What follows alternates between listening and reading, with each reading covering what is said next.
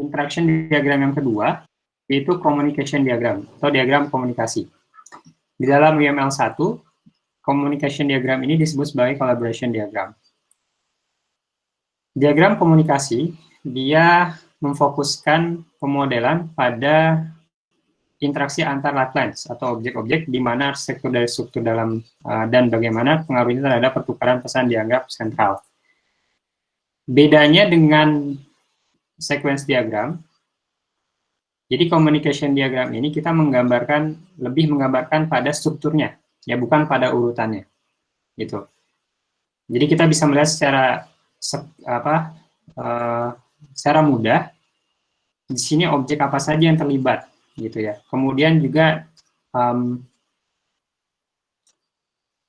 kita bisa lihat strukturnya kurang lebih nanti dari komunikasi yang dilakukan oleh objek ini seperti apa, gitu ya. Kita bisa melihat konteks komunikasinya secara menyeluruh, ya, secara overall. Hubungan antara diagram komunikasi dan sequence diagram ini bisa dilakukan secara dua arah. Artinya, kalau kita membuat sequence diagram, kita bisa membuat communication diagram. Dan sebaliknya, kalau kita membuat sequence diagram, kita bisa membuat communication diagram, gitu ya. Jadi dua arah, seperti itu. Yang membedakannya adalah pada sequence diagram, pada communication diagram, dia lebih menekankan pada strukturnya daripada urutannya, ya. Walaupun sebetulnya di dalam communication diagram juga ada penomoran dan ini menggambarkan urutan, tapi fokusnya bukan pada urutan tersebut, melainkan pada strukturnya, gitu ya. Di sana kita akan melihat, oh ternyata di dalam sistem ini ada misalkan 3 objek, dan ketiga objek ini misalkan yang komunikasi eratnya misalkan antara objek A dengan objek B saja, dan tidak ada hubungan antara objek C dengan objek A, misalkan seperti itu. Dalam diagram sequence, urutan interaksi ditetapkan oleh posisi vertikal atau lifelines-nya tadi itu. Nah, di dalam communication diagram, urutan kolaborasi itu dilakukan dengan cara penomoran. Ini contohnya. Jadi kalau Anda lihat di sini, kita di sini terlihat nih. Jadi ada objek sentral yang terhubung dengan beberapa objek lainnya gitu. Jadi secara struktur kita bisa melihat secara langsung, oh ternyata objek yang paling sentral di dalam sistem kita ini adalah online bookshop ini gitu.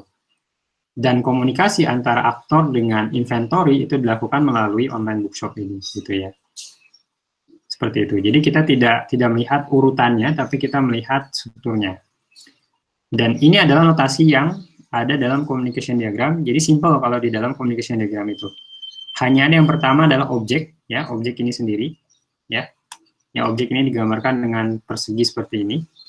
Penamaannya mirip dengan penamaan objek pada sequence diagram, ya, bukan mirip, sama ya.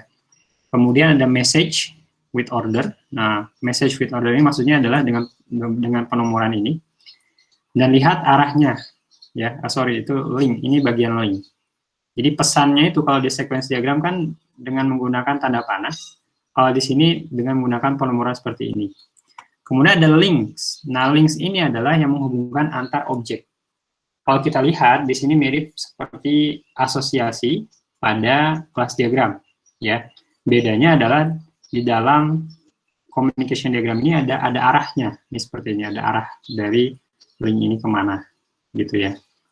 Kemudian ada frame, di sini frame ini opsional, jadi sebetulnya frame yang tadi, untuk yang kita bisa menambahkan frame ini dalam sebuah diagram, dan itu sifatnya opsional.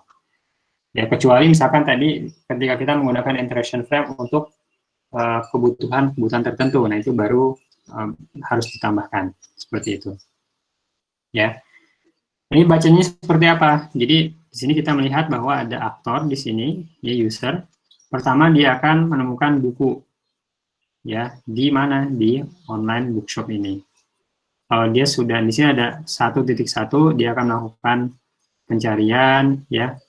Ada 1.2 nggak? Di sini ada 1.2, kalau dia interest, ya, dia akan melihat bukunya. Kalau misalkan 1.3 di sini, kalau misalkan dia ternyata suka, dia akan menambahkan ke dalam keranjang. kemudian 2, dia bisa melakukan check out, ya. Kalau dia melakukan check out, berarti yang pertama adalah get books-nya ke sini, ke customer card-nya. Kemudian 2.2 ini, jika misalkan card-nya itu tidak empty atau enggak kosong, ya, atau ada buku di dalamnya, maka lakukan order, ya, check out, ya. Kemudian update inventory di sini. Ini adalah communication diagram dari sequence diagram yang tadi di atas contohnya, gitu ya. Seperti ini. Jadi communication diagram ini kita bisa istilahnya itu apa ya? Tightly couple lah, atau saling terikat antara sequence diagram dan communication diagram. Apakah kita harus membuat dua-duanya? Nggak harus juga. Dia sesuai kebutuhan, gitu ya. Kalau kita misalkan pengen melihat urutannya, maka kita buat sequence diagram. Kalau kita ingin melihat interaksi itu secara strukturnya, maka kita gunakan communication diagram. Seperti itu, ya. Ini contoh yang juga tadi dari to-do list.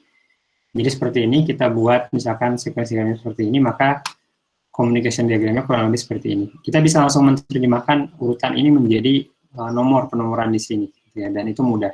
Dan kita lihat di sini ternyata interaksi user itu hanya ke objek to do ini saja, gitu ya. Sedangkan nanti objek to do ini nanti akan berkomunikasi langsung dengan baik itu database maupun dengan task, seperti itu. Oke, ini referensi yang saya gunakan untuk materi ini, topik ini, tentang interaction diagram. Sampai sini ada pertanyaan? Ada, Pak. Ya, ya kan? Buat apa yang communication diagram tadi kan ada penomorannya, Pak. Itu wajib, Pak, ada penomoran gitu. Oke, untuk penomoran ya wajib. Jadi untuk melihat urutannya, walaupun sebetulnya tadi saya katakan bahwa di communication diagram itu fokusnya bukan di urutan, ya. Di sini kita lihat, walaupun fokusnya bukan di urutan, tapi supaya kita bisa untuk memudahkan pembacaan diagram itu, ya, kita tambahkan urutannya, penomoran ini, gitu. Nah, ini bisa langsung diterjemahkan dari sequence diagram, gitu ya. Kalau di sequence diagram kan nggak ada penomoran sebetulnya ya, walaupun sebetulnya kita bisa juga menambahkan penomoran, tapi nggak harus gitu ya. Nah, kalau di sequence diagram kita bisa lihat bahwa urutannya dari atas ke bawah, dari kiri ke kanan, gitu, jelas ya. Kalau misalkan di sini, di dalam communication diagram, itu fokusnya, lihat, di sini fokusnya kita bisa melihat secara langsung strukturnya seperti ini. Ya, fokusnya di struktur. Walaupun sebetulnya kita bisa menambahkan juga urutannya, kita bisa membaca urutannya. Nah, untuk membaca urutannya, bagaimana interaksi yang terjadi, ya, itu bisa dengan menambahkan penomoran ini, ya. Dan betul penomorannya itu wajib ada, gitu. Ya. Semoga menjawab untuk pertanyaannya. Ada pertanyaan lagi?